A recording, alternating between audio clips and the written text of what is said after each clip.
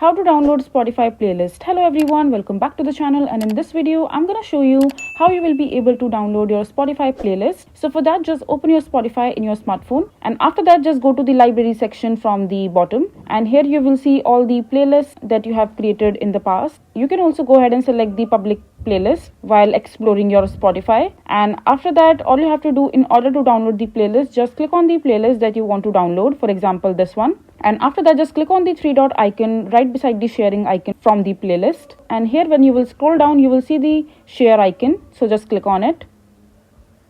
And now in the bottom you will see all these options like copy link, WhatsApp, stories, messenger, etc. So just click on copy link, and after that just open your Chrome browser or any other browser of your preference, and here on the search bar just search for Spotify playlist downloader and just click on it, and over here just click on the first link that you will see on the top, and over here just paste the link that you have copied from your Spotify and just click on submit.